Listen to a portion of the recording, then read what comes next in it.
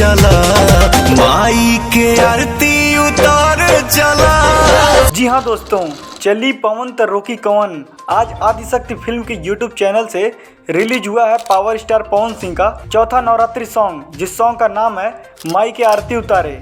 अब मैं इस सॉन्ग के बारे में क्या ही बताऊं, आप तो जानते हैं पावर स्टार पवन सिंह के देवी गीत की तुलना किसी से करना ही बेकार है। लेकिन इस बात को नहीं भुलाया जा सकता कि ट्रेंडिंग स्टार खेसारी लाल यादव का अब की बार नवरात्रि में 3 सॉन्ग ट्रेंडिंग पर जा चुके हैं। और अभी जो सॉन्ग रिलीज हुआ था लेके थरिया, वो भी ट्रेंडिंग सेक्शन पर चल रहा है। पावर स्टार पवन सिंह का ये सॉन्ग माई के आरती उतारे पवन पांडे ने लिखा है, जो कि काफ़ी अच्छा है और हो सकता है अब की वाला ये सॉन्ग ट्रेंडिंग सेक्शन पर चला जाए। लेकिन जो सच है वो सच है कि ट्रेंडिंग स्टार खेसारी लाल यादव अब की बार नवरात्रि सॉन्ग के मामले में काफ़ी आगे चल रहे हैं और उनका सॉन्ग काफ़ी हिट भी रहा है। हमें तो यही लगता है कि अब की बार नवरात्रि में पावर स्टार पवन सिंह खेसारी लाल यादव से गानों के मामले में हार जाएंगे।